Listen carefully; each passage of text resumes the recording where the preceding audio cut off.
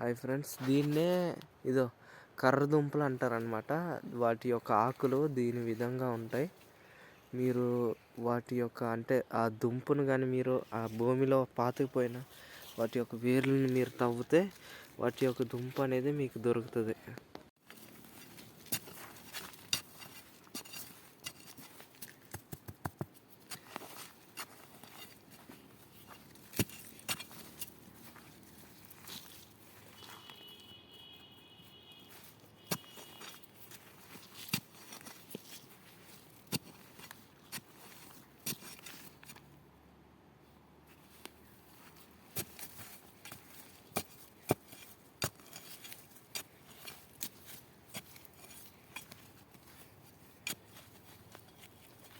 చూడండి ఫ్రెండ్స్, ఇది కర్ర దుంపలు అంటారు.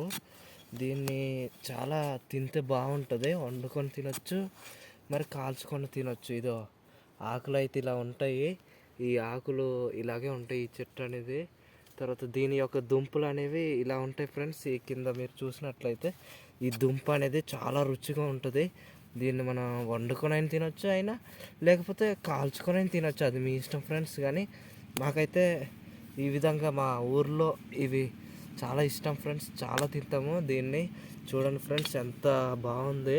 ఇది చాలా పొడవుగా ఉంది. దీన్ని కర్రదుంప అంటారు. అంటే కర్రలా ఉండడం వల్ల దీన్ని కర్రదుంప అంటారు ఫ్రెండ్స్.